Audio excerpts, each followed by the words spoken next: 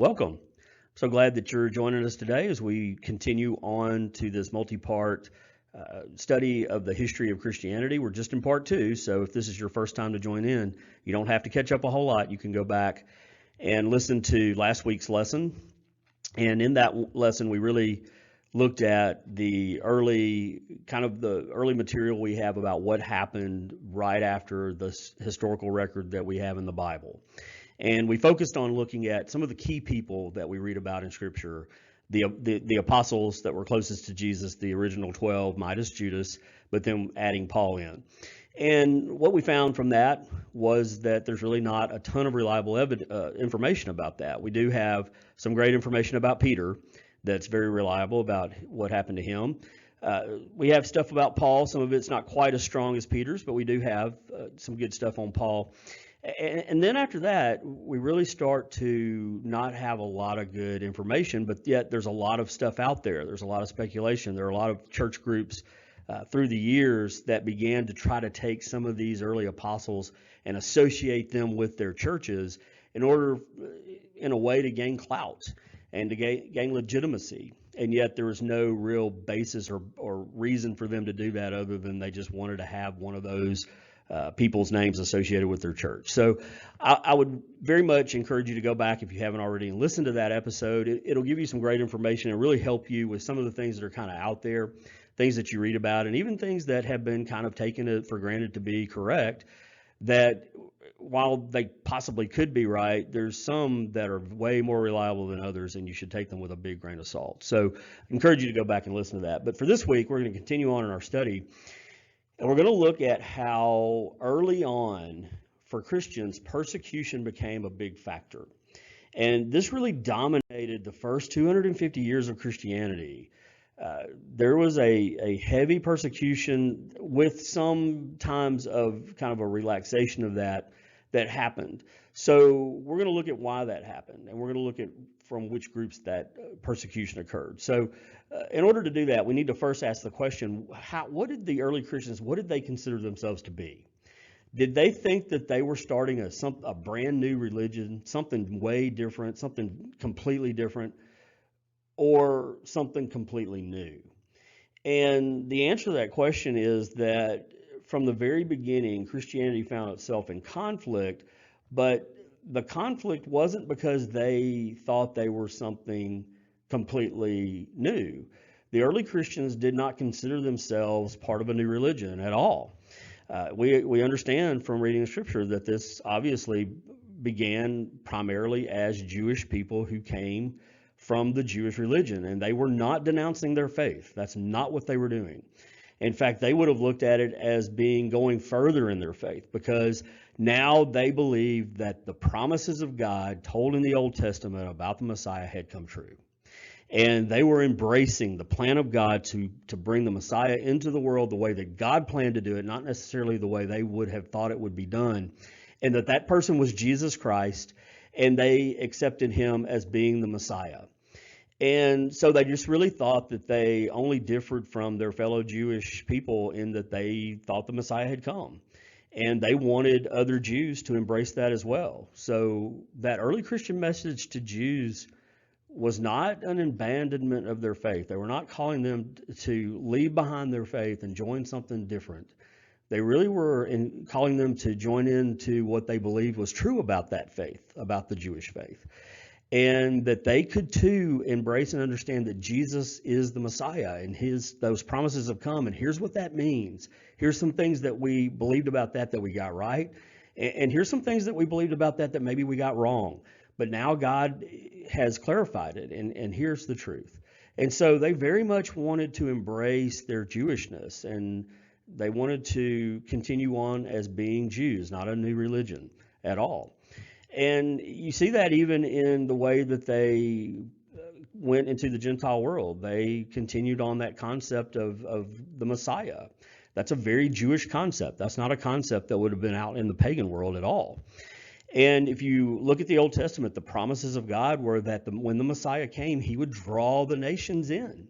And so again, they were just thinking they were fulfilling those Old Testament promises, what God had said to do.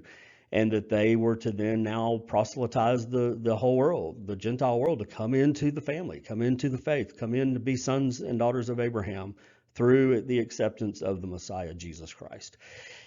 And so that's the way they looked at it. They didn't think that they were something new. They just thought they were something a little bit different. They looked at things a little bit. How did the mainstream Jewish religion look at them? Well, they really looked at them the same way. Mainstream Judaism also did not look at Christianity as a new religion. They looked at them as being just another side group within the Jewish faith. And we know that there were plenty of these groups. You could read about them historically in the Bible. You read about the Pharisees and the Sadducees, and they had some different things as far as functionality, what they were responsible for, but they also had some different beliefs. And one that we read a lot about is their belief concerning the resurrection. The Pharisees believed there would be a bodily resurrection, and the Sadducees did not believe that. So they didn't think that they were not Jews because of that, or they weren't compatible. They just didn't agree on that. And so those kind of issues they were able to overlook. But what did that mean about a group that came in and said, okay, here's what God was saying in the Old Testament. When he was talking about a Messiah, this is what he meant. And here's the person who is the Messiah, Jesus Christ, who you crucified. And he's risen from the dead, and he is God. That was a little bit further than they were willing to accept. So Christianity was looked at as a heretical segment of Judaism. They didn't go along with this, and it was significant enough that they said, we can't accept you into the mainstream of our faith. They still looked at them as being Jews, but they were heretical Jews. Now, does that make things better or worse? Well, it really made things worse. We kind of, as Christians today, we have a hard time understanding what was going on with this. And as we look in hindsight, I think sometimes hindsight is a good thing, but sometimes it causes us problems because we have a hard time relating and understanding to what was going on in the minds of the people that were a part of these events, and that these writings in the New Testament, the things that were written to them, how did they perceive them? How did they look at things? And when you look at this issue, this can become a problem for us. You read in the Bible through the Gospels, and really the presentation and the way we read them is that those high-ranking Jewish leaders were kind of looked at and presented as the villains of the New Testament and of the Gospels. And we look at them as being bad guys in a lot of ways. And it's presented there in the text, but the people at the time, they didn't necessarily look at them like that. They would have been looked at as being very devout. They would have been looked at as being very close to God. They were the people that would have all of the answers. And while there might have been some jealousy, there might have been some people that didn't look favorably on them in some instances, or maybe particular ones, by and large, they were respected as the leaders. And so they weren't looked at the same way that we look at them. And so we can't necessarily understand how they were looking at these Christians, because we believe that they were right about who the Messiah is. And I've staked my life on that. You've staked your life on that if you're a follower of Jesus Christ, that we believe he is who he said he was. And these writers presented what he said to us accurately, that he is in fact the Messiah that was promised to bring salvation to the entire world. So we look at it that way. They didn't see it that way. And I think one way we can understand this maybe a little bit easier is to look at what we would consider to be Christian cult groups. So these would be religious groups who would think of themselves as being part of Christianity, but that mainstream Christianity would look at and say, you are heretical. You are not, we can't accept you into the mainstream because you have so disagreed on significant points of Orthodox faith and belief that we can't accept that. We can't go along with it. And I don't want to get into a long list of these groups. Some of them are very well known, some are not. But I'll just throw one out there for a frame of reference for you. The Jehovah's Witnesses would fall into this category. They are not accepted by the church, by mainstream Christianity in any extent, as being a part of the Christian faith. They understand and recognize that they talk about Jesus Christ and they talk about God, Jehovah God, and the God of the Bible. They talk about the Old Testament and the New Testament. They talk about the Holy Spirit. We know those terminologies are the same, and they look at themselves as being in a Christian faith. But there's just too much. There's too much disagreement. There's too much of a not agreeing on major points, and so they're not going to be accepted. They're not going to be accepted into Orthodox Christianity, and yet they are in some way a part of it. They are very heretical in our understanding. So I think we can kind of understand it from that. So this is the way those Jews looked at those early Christians. They were the Jehovah's Witnesses, so to speak, of that day. They were heretical, and they could not be accepted. And they had some good reason for that. There was a fear that a new heresy within Judaism would bring the wrath of God on Israel.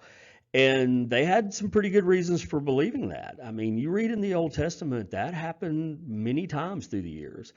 The nation of Israel deserted the teachings and the things that God said were correct, and God's judgment fell on them. And they were already living in circumstances that they didn't like. They were under subject of the Roman Empire. They wanted to be independent, of course. They didn't look at this as being a favorable thing at all. And from their perspective, the last thing they needed was for them to do something that would make God mad and make things even worse for them, make them even more enslaved, make them even more crushed. So they weren't willing to take that risk. And you look back on it, you can understand why. I think we can relate to this. And so we can't say that they were correct because we don't believe that they were. But we at least understand and perceive that they had reasons for doing what they did. So they rejected Christianity. They rejected this new, this different group within the Jewish faith that espoused that Jesus Christ was the Messiah, and not only that, that he was God himself, which was, I'm sure, quite a step too far for them. And so in most of the New Testament, the persecution that we read about is persecution of Christians from the Jews. We read that right from the end of the Gospels at the crucifixion of Jesus Christ. But then it extends into the book of Acts. And you read about the stoning of Stephen. You read about Paul, who on the day that he was converted was on his way to drag Christians back in chains to be judged. There was a very heavy persecution early on of Christians from the Jews because they believed that they were part of the Jewish faith, but they were a segment that had gotten out of control and had become heretical, and they wanted to put a stop to that. So really, even that identification with the Judaism probably did them more harm than good when it comes to that. So what did these early Christians do? Well, they appealed to the Roman government for help. Rome saw Jews and Christians as the same. They were just a big group of Jews that were infighting. They weren't getting along, and that was nothing new for these Romans. They knew that kind of stuff would go on, and they wanted to stay out of it as much as they could. You even read, when we read about the crucifixion of Jesus, those leaders were trying to stay out of it. They didn't want to be involved in it. And that's kind of the Roman government's way of doing business. They would go in, they would take over a country, but they would largely try to keep the culture intact. They would even use local rulers to be still in charge.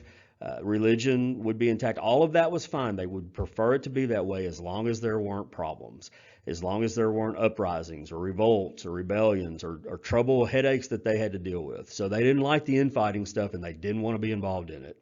But we do see that they did step in at times. We read about that in the life of Paul a couple of times, where he had to appeal to Rome to get out of some trouble. And they did come through and do that, although it did lead to him eventually becoming imprisoned in Rome.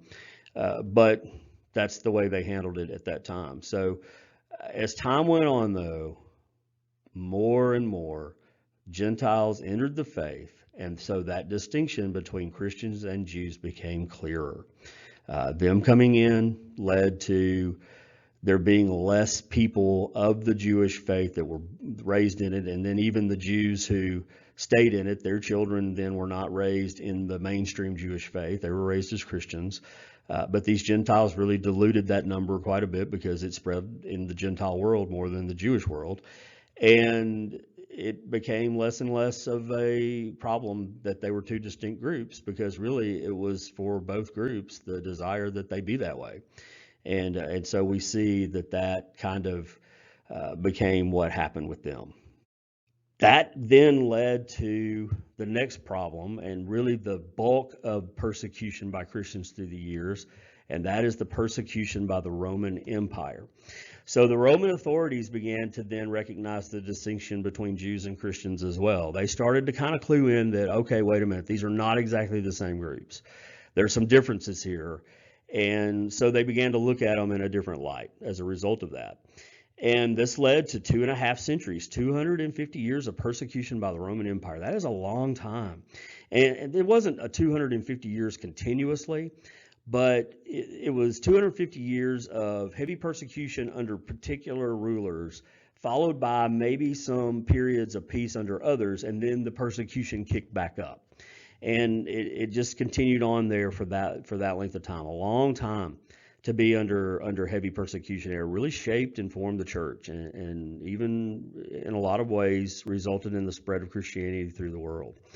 So the persecution began at the time of Emperor Nero, and it continued until the conversion of Constantine. And when Constantine was converted, Christianity became the official religion of the majority of people in Rome, and persecution began to reverse. So once the Christians kind of got their way into the mainstream, all of a sudden they began to then turn and persecute other groups, pagan groups. They even began to persecute Jewish groups, and we even see that to an extent to this day. In recent history of the past, we see that. So interesting, again, the group that was kind of the ones that were beaten down become then the ones that do that to others. It's a sad part of history, but it's reality. So let's look at the persecution under Nero, what was going on. Well, Nero took power in October of AD 54. He became the emperor, and he kind of began his rule in a favorable light. He was not necessarily the most popular ruler, but he wasn't despised by people. He wasn't hated. They liked some of his policies, some of the things he tried to do. But by about 10 years into his reign, he was absolutely despised by people. They hated his guts. They even began rumors that the man was insane, that he was crazy, and those persist to this day, that he was just a mad ruler. And so things weren't going so well for Nero. He was definitely not winning any popularity contests. But then an event occurred that changed his perception and his rule, but then it really changed the course of Christianity and this persecution that came on them. On June 18th of AD 64, a fire broke out in Rome. And this was not just a little fire, this was a significant fire. Nero was not in Rome at the time, but he still got blamed by the people because they just hated him so much. And there were wild things that he was rumored to do. Basically, that he purposefully started the fires to do a litany of different things that people said for his own vain glory. And wasn't true. Even historians at the time would have said and did say that he didn't start these fires. But it was still the way that it was being looked at. And no matter what Nero did, he couldn't get that perception to shift, and it was causing him some significant problems. And boy, this fire was bad. The fire lasted 6 days and 7 nights, and then it flared up sporadically for 3 more days. 10 of the 14 sections of the city were destroyed. So it was a significant event. It caused a lot of damage, and people were not happy about it at all. So Nero needed to do something. He needed to find a way to shift public sentiment. And he had a couple of groups that had significant populations in Rome that were not part of the culture. One was the Jewish groups, and then the other were the Christians. And Nero decided to blame the Christians. We have an historian named Tacitus, and he provides some crucial information about the attitude towards Christians by the pagans at that time and the treatment of Christians by Nero. So I want to read to you a couple of sections from the history that he wrote. This, first of all, is about the blaming of the Christians for the fire. It says, Tacitus says this: in spite of every human effort of the emperor's largesse and of the sacrifices made to the gods, nothing sufficed to allay suspicion nor to destroy the opinion that the fire had been ordered by Nero. Therefore, in order to destroy this rumor, Nero blamed the Christians, who are hated for their abominations, and punished them with a refined cruelty. Christ, from whom they take their name, was executed by Pontius Pilate during the reign of Tiberius. Stopped for a moment, this evil superstition reappeared, not only in Judea, where was the root of the evil, but also in Rome, where all things sordid and abominable from every corner of the world come together. First, those who confessed that they were Christians were arrested, and on the basis of their testimony, a great number were condemned, although not so much for the fire itself as for their hatred of humankind. So this was from that historian Tacitus, and it really gives us an idea of what these early Christians were looked at. They were looked at as not a good thing, even at this time. And probably the reasons for this is these were people that used to be a part of the culture of Rome, the culture of the pagan religions, and in their embrace of Christ, they had rejected those things. And so they began to disassociate themselves with the mainstream culture. They weren't a part of a lot of the things that were done in the society because they were things that revolved around pagan worship and things that the early Christians believed that they were not to do as Christians. So they kind of disassociated themselves in such a significant way that they began to become hated. They began to become looked at as people that just, he even says there, their hatred of humankind. In other words, they just hate people. They hate doing anything people like to do. They don't want any part of it. And so that kind of gives you an idea of why they would be an easy group for Nero to pick out to blame. And then Tacitus goes on, and here's what he says about the persecution of what happened. Quoting from him, he says, "Before killing the Christians, Nero used them to amuse the people. Some were dressed in furs to be killed by dogs. Others were crucified. Still others were set on fire early in the night so that they might illuminate it. Nero opened his own gardens for these shows, and in the circus he himself became a spectacle. For he mingled with the people dressed as a charioteer, or he rode around in his chariot. All of this aroused the mercy of the people, even against these culprits who deserved an exemplary punishment, for it was clear that they were not being destroyed for the common good, but rather to satisfy the cruelty of one person." So even Tacitus does not have any love for the Christians, but yet he said even the people that were not liking them felt sorry for them because they saw that Nero was using them for his own benefit. And just the sick things that happened to them under him, it says they were killed by dogs dressed in furs. They were crucified. We know that's a horrific death. This is another one. In order to illuminate the night, Nero would set them on fire. It's just hard to even for us to have any concept of that kind of thing in this day.